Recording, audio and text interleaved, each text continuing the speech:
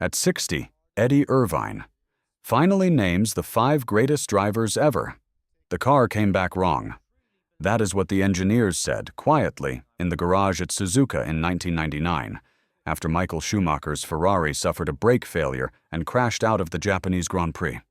Eddie Irvine, his teammate, his shadow for 4 seasons, suddenly found himself leading the World Championship with 2 races left.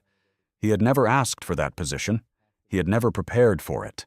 And the sport, for one suspended moment, did not know what to do with him. He finished 3rd that day. He needed more. What followed was not a coronation or a collapse. It was something more uncomfortable than either.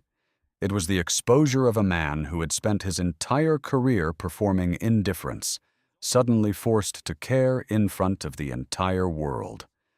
Irvine lost the 1999 title by 2 points. 2.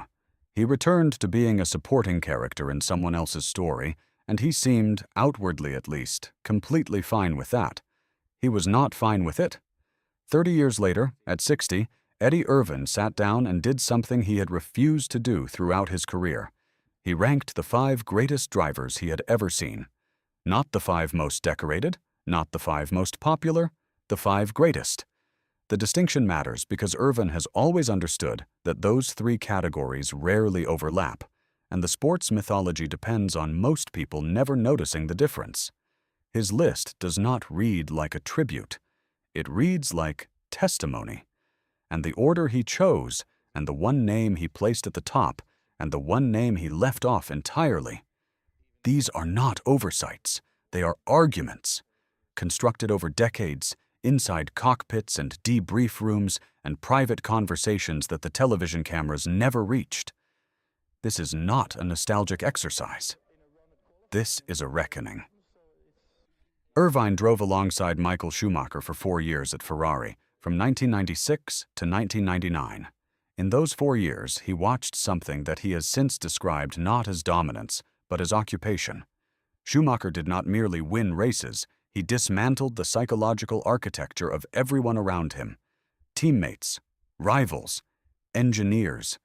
Entire teams would quietly reorganize themselves around the task of understanding what Michael wanted, what Michael needed, what Michael feared. There was no collaborative environment. There was Schumacher, and there was everything else. Irvine places him at number 2. That placement is not an insult, but it is not an accident either. Because Irvine witnessed Schumacher at the height of his manufactured dominance, years when Ferrari structured the entire car, the entire race strategy, the entire season around one driver. Schumacher was brilliant inside that structure. Irvine's question, the one he stopped asking publicly around 2003, was simpler and more devastating. How brilliant was he outside of it? He never got a clean answer. At number 5, Irvine names Mika Häkkinen. Not because Häkkinen was merely good. He was ferocious, technically precise, capable of speeds that even Schumacher respected in the way rivals respect things that genuinely unsettle them. But Irvine places Häkkinen 5th because of what happened in 1995, before the 2 championships, before the McLaren years made him untouchable in the public imagination. Häkkinen suffered a crash at the Australian Grand Prix in Adelaide that should have killed him. A trackside doctor performed an emergency tracheotomy on the circuit. Häkkinen was in a coma for several days. He returned the following season. What Irvine recognizes in that return is not resilience in the motivational poster sense. It is something harder to name. A driver who had touched the actual edge of the sport's consequences and chose to get back in anyway. That choice tells you more about a competitor than lap times ever can. Häkkinen won consecutive titles in 1998 and 1999, and then walked away from Formula One at 33 while still capable of winning. He left on his own terms. That, Irvine argues, is rarer than any championship. Most drivers are removed by the sport. Häkkinen removed himself. 4th on Irvine's list is Nigel Mansell.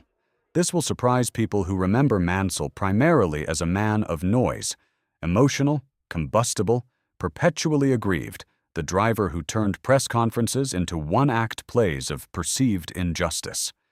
The public Mansell was a distraction. The real one, Irvine insists, was something else entirely. Mansell drove on the absolute limit of mechanical tolerance in a way that was not fashionable and was not safe and was, consistently, faster than what the car should have been capable of.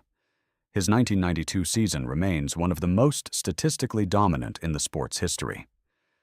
9 wins from 16 races in a Williams that was genuinely superior, but that other drivers in superior machinery had failed to convert into that kind of margin. Mansell did not simply use the car's advantage, he extended it. The distinction is technical and small and almost entirely invisible to spectators, which is precisely why it is significant. He drove like the car was already braking. Because usually, it was. Third place belongs to Alain Prost, and here Irvine becomes most precise, most deliberate, most careful with his language. Prost is the only driver on this list who made the sport look slow. He was not slow. The results disprove that thoroughly. 4 championships, 51 race victories, a record that stood for over a decade.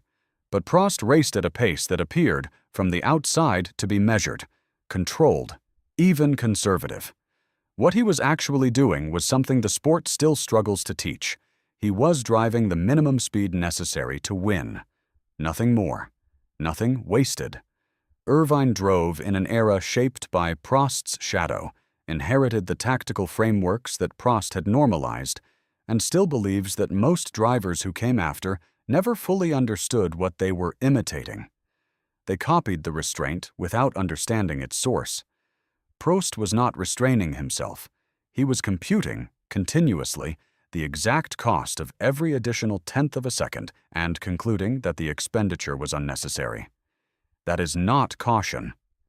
That is a different kind of aggression. The outcome was the same.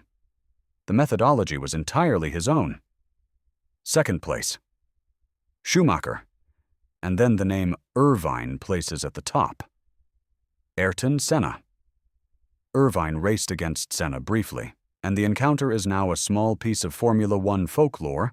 Senna, furious after being lapped and then unlapped by the young Irishman in a Jordan at the 1993 Japanese Grand Prix, reportedly confronted Irvine physically in the paddock afterwards. The incident was covered briefly and then absorbed into the larger mythology of Senna's intensity. But Irvine remembers it differently. He remembers not a man out of control, but a man running a continuous internal calculation about what he was owed by the sport, and what happened when that accounting came up short. Senna did not accept the terms that Formula One presented. He negotiated them. Constantly. Aggressively. At times, dangerously. His qualifying laps were not merely fast. They operated in a register that other drivers, including drivers who won championships, described as categorically different.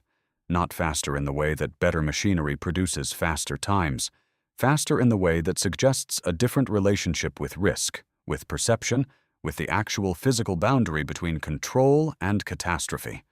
3 world championships, 162 starts, 65 pole positions, dead at 34. Irvine's list is not an attempt to settle anything. He knows it will not. The debates about Schumacher versus Senna, about Prost versus Mansell, about what Häkkinen might have become with 2 more seasons. These are the sport's load-bearing myths, and they serve a function that transcends accuracy. They keep the argument alive. They keep the sport alive, in the minds of people who remember what it felt like to watch these men do things that looked, from the outside, like they should not have been possible.